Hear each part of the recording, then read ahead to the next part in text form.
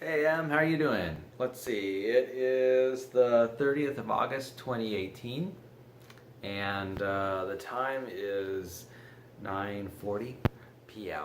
and I just got back from my class, my jewelry making class. Whoa, check that out.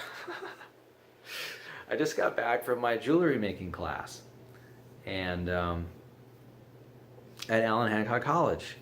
I'm making a ring, and the ring has an etching. It's engraved. The word with the keyword empathy. Hey, not too bad, huh?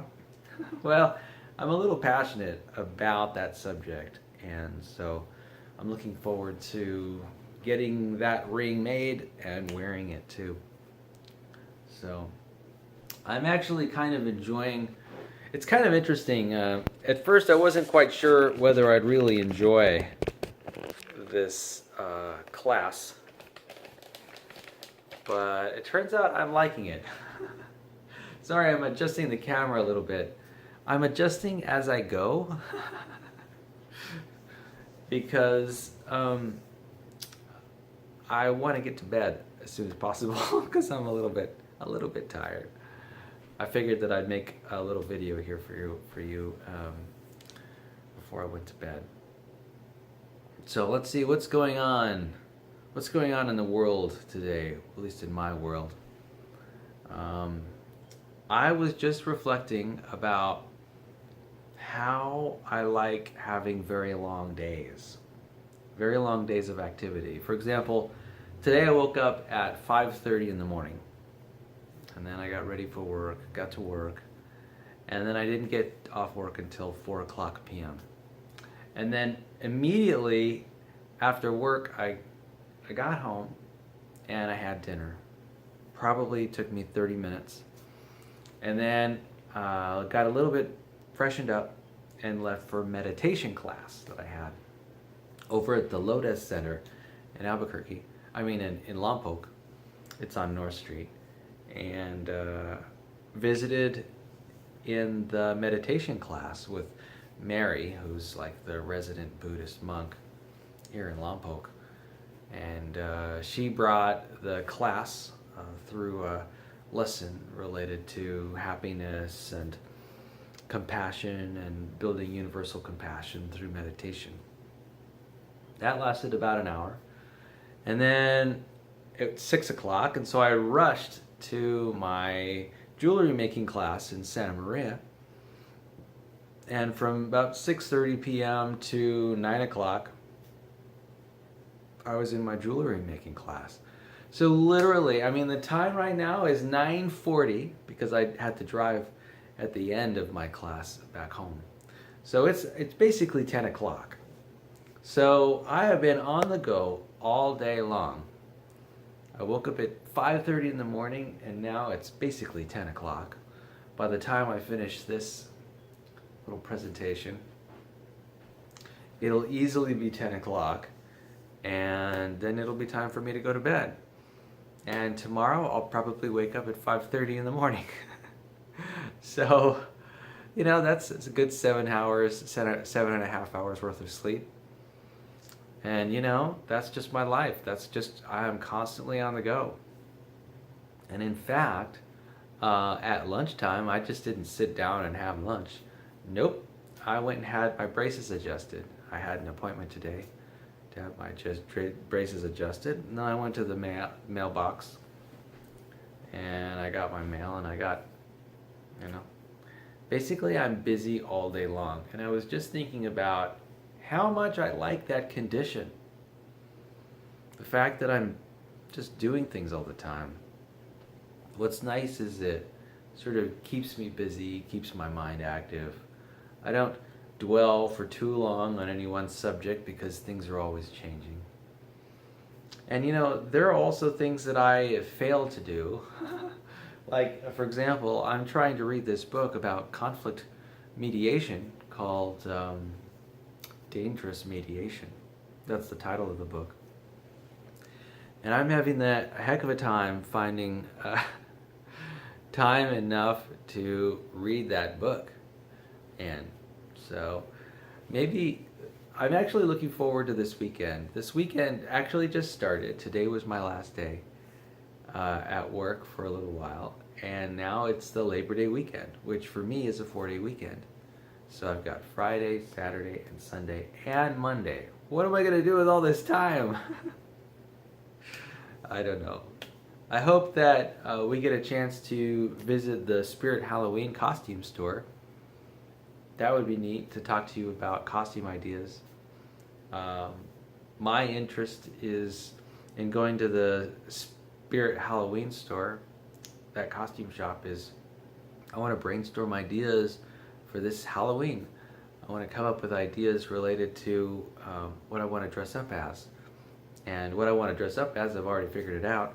I want to be one of Robin Hood's merry men. So I've got my costume pretty much worked out, except I don't have any good ideas for pants or a shirt top. I'm thinking about coming up with some kind of vest, and maybe some kind of, I don't know, parachute pant that's sort of leather or corduroy or some fabric that is sort of rustic looking. I haven't quite put my finger on it, but hopefully I can pull something together before October 31st when I walk around for Halloween. All right, so let's see what else is going on with me right now. Oh, you know what? Is my empathy book around here? Where's my peaceful living book? Here it is. All right, here we go. Here's my peaceful living book. And today is, I said, the 30th of August. So let's read the passage today. August 28th, 29th, and 30th. So here we go. August 30th says, happiness itself is a kind of gratitude, by Joseph Wood Crutch. Happiness itself is a kind of gratitude. And let's just read about this. So how are you feeling? How are you feeling right this minute? Here is a list of words that may describe how you feel when your needs are being met. Loving, happy, satisfied, content, excited, joyful, peaceful, confident, elated, vibrant, delighted, amused, or hopeful. Here is a list of feelings you may have if your needs are not being met. Scared, worried, pained, confused, annoyed, frustrated, angry, ticked off, tired, weary, embarrassed, lost, irritated, impatient, or resentful. Remember that your feelings are the result of whether your needs are met or not. It is helpful to be aware of how we feel and then uncover our underlying needs. When we do this, we are in a better position to live joyfully. Be aware of how your feelings are connected to your needs today. Wow. I think that's pretty profound. So let's just do a little exploration now. Let me explore my needs. Let me explore my emotions in the moment. So let me get connected here. Well, right now, I really am not feeling much of anything. Okay, amusement. Aha, amusement. That was amusement I just felt. And then that was excitement. That was a moment of excitement. Yeah. Oh, now, satisfaction. Did you see that? So, amusement, satisfaction, what was the other one? Delight. Amusement, yeah. So, oh wow, do you see how they're just coming out? All right. Oh, that's recognition. Oh, I'm not sure that's a feeling. But I think I had a little excitement. There we go. There's a feeling. Do you see how these feelings are just pouring out of me? Yeah. And now I'm feeling a little curious. Whoa. Yeah, like, oh man, I've got these feelings pouring out of me. What is the next feeling that's going to pour out of me? So, wow, that was a whole bunch of feelings. That was like 4 or 5 different feelings right now. And what's funny is that I had that stream of feelings, and prior to that, I was essentially saying that I didn't have any feelings, that I wasn't feeling anything in the moment. And it's interesting how they just poured out one after the other. Let me continue to do this. Let's do this some more.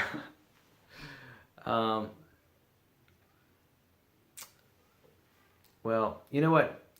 I think I changed my mind a little bit.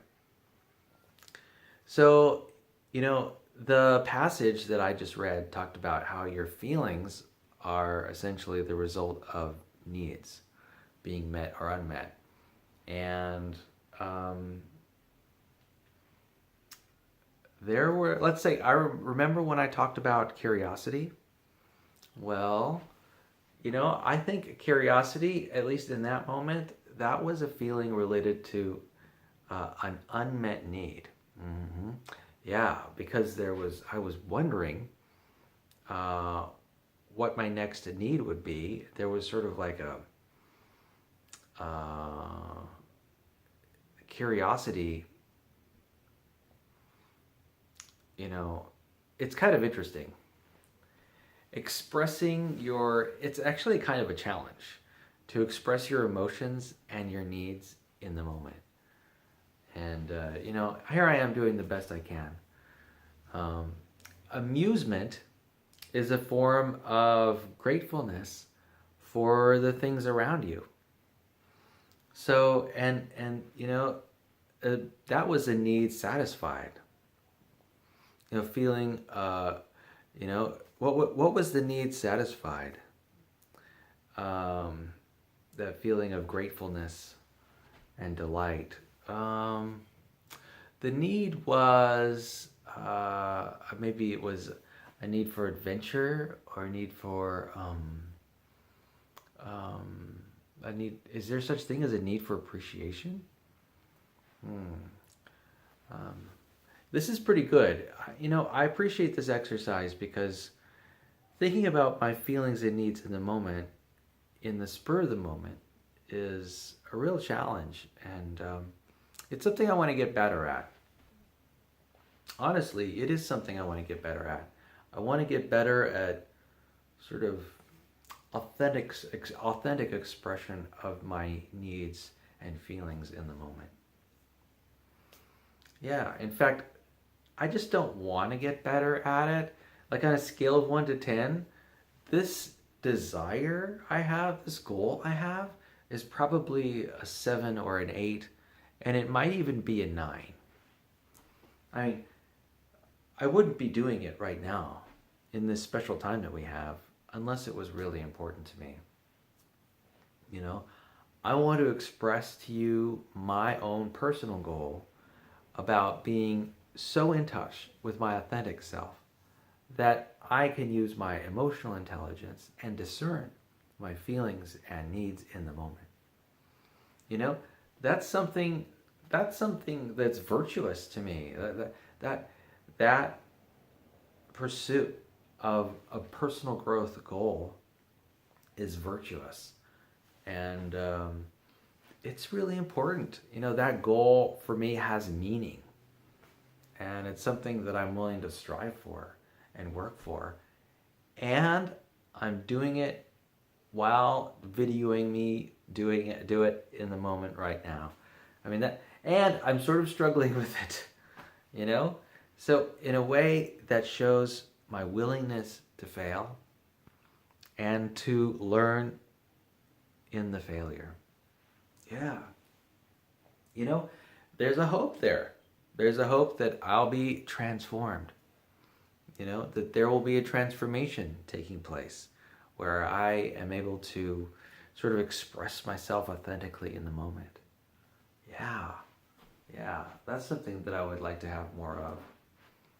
Yeah, in a way, it's sort of juicy, I'd like more juice because I can use this juice in my relations with others. It could give me a little spark and give me a little bit of a little energy when I connect with other people. I'm able to sort of get in touch with the things that are alive the things that are alive in me, the things that I'm thinking about and feeling in the moment. Yeah. Just expressing that right now is really satisfying. I'm like, oh yeah, this is what I want. This is the juice, you know? The juice is about removing the mask, right? It's about being authentic in the moment. And it's also about sort of challenging shame, this idea of that I need to be hidden behind a mask. I think that's very admirable because it's bold and courageous. Basically, I'm being bold and courageous right now in front of the camera with you because, well, I must feel safe. There's some safety I have with you and me in connection right now. And, it feels really good. Oh man, this is a self-amusement moment, right? It's kind of interesting to think that the source of all of our good feelings in the world, boils down to our interpretation. It's really how you interpret the external world. And how you interpret that external world is, of course, a function of your own ideas and beliefs that over time have been conditioned into your nervous system. Really, whoever I am is just an expression of the conditioning that I've experienced throughout my life. And it's interesting to watch that unfold. It's unfolding right before my eyes. So anyway, let's get back on track. So I have a personal goal to be more authentic when I talk to myself and when I talk to others. It's about being one with just being aware. It's about self-awareness. It's about thoughtfulness, about how I communicate with others. It's about self-care, right? Because what does it benefit me if I walk around all day with a mask on, pretending to be someone who I'm not? It doesn't benefit me. It doesn't benefit my friends. I think if it does benefit others, it benefits them, say, by creating safety, right? It's it's certainly less exciting if I've got a mask on, and if other people have their masks on. It depends on context too. There's some contexts where it's important to just behave for a moment until we have more freedom to act. The idea that came to mind immediately was the elevator, right? It's best to just sort of hang out for 10 or 15 seconds while you're in an elevator and just chill silently, waiting for the elevator to move from one floor to the next. And then when the doors open, then proceed like normal. We are all in an elevator room. We all happen to be in a small space. And, we're in a small space with people who we don't know very well or don't know at all. And, why not just be silent? That sounds like a perfectly good solution. I don't think it's necessary to be completely authentic every moment of the day. I think society needs a little bit of lubrication sometimes, in the sense that, we provide some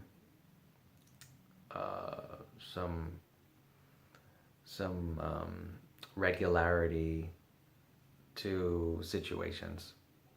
Anyway, I'm getting into society now, going from authenticity to what makes relations easier in society. Well, let's see, what else is going on with me right now?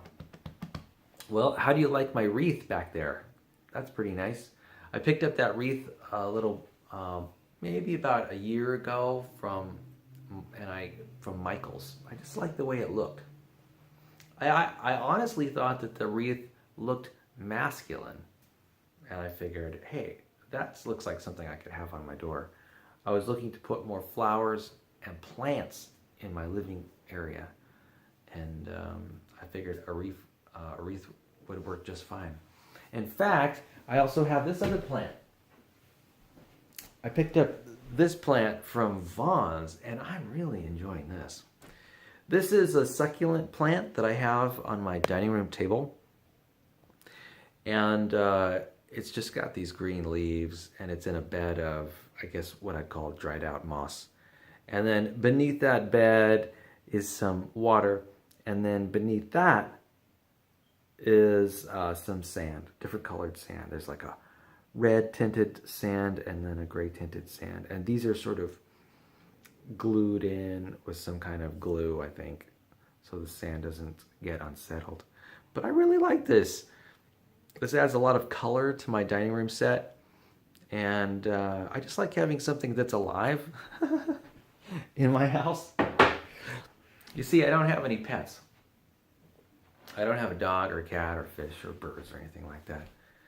And I think plants are the way to go to liven up the place. Now, I do have drawings or stencils of plants here on the wall, which you've probably noticed. It's really a beautiful stencil. It's this very organic drawing of a tree with 4 birds that are flying around. And the tree has leaves and branches, and it looks like the tree's being blown by wind. I mean, it's really quite a gorgeous stencil that I've placed on my living room wall. You know, it's these acts of artistic expression which give my home, you know, a little bit more aliveness. I kind of consider myself a minimalist.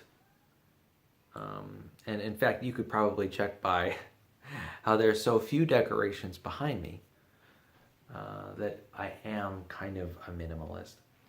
I have kind of a Spartan taste when it comes to my living space, and I like it that way because I've seen and been in other homes with lots of trinkets and knickknacks, and let me tell you,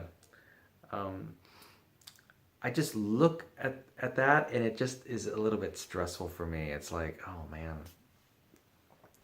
You know, I can just think about the dust that settles on those pieces and how they need to be arranged and rearranged over time. I like the assurance of knowing that everything is in its place and all the objects were intentionally put in their place. Instead of, say, this sort of smattering of objects to art all around the place, you know. So anyway, my style is pretty minimalist, and I'm actually quite proud of it. There are, you know, IKEA has a very similar style. I think the Scandinavian culture tends to have these simple design philosophy, and I think I can resonate with that. I'm resonating with that design philosophy. I don't like overly ornate, overly beautiful objects that are just sort of freestanding in space. I'd rather see 90-degree edges everywhere and flat surfaces and bold, you know, sort of like bold lines and things like that. It's just what I'm comfortable with. I just find that style, that minimalist style, really relaxing. It's kind of almost like an Art Deco style.